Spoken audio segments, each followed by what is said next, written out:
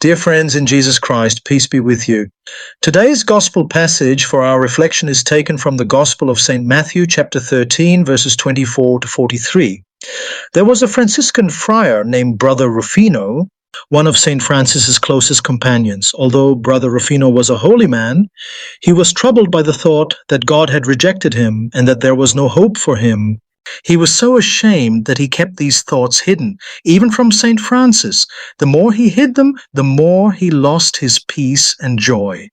But one day, God revealed Brother Rufino's struggle to St. Francis. Francis gently called him and encouraged him to open his heart and trust in God's mercy, instead of listening to the lies of the devil.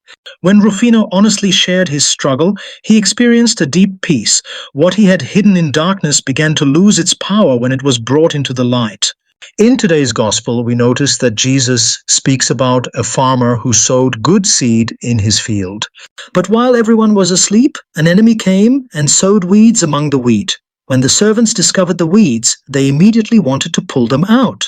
But the master surprised them by saying, "Let both grow together until the harvest."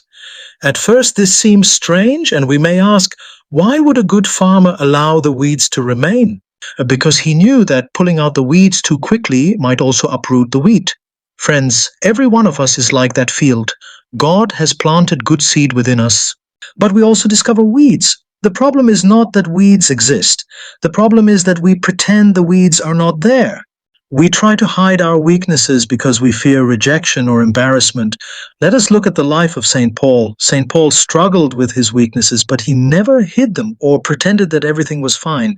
Instead, he was honest before God and openly admitted that he had a thorn in the flesh.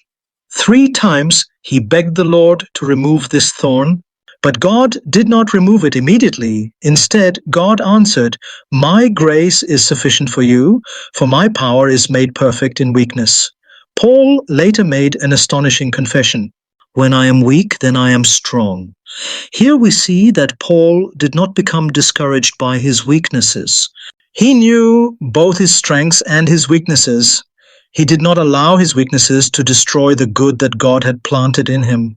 Instead, he entrusted his weaknesses, his weeds, to God and patiently allowed God to work in him in his own time.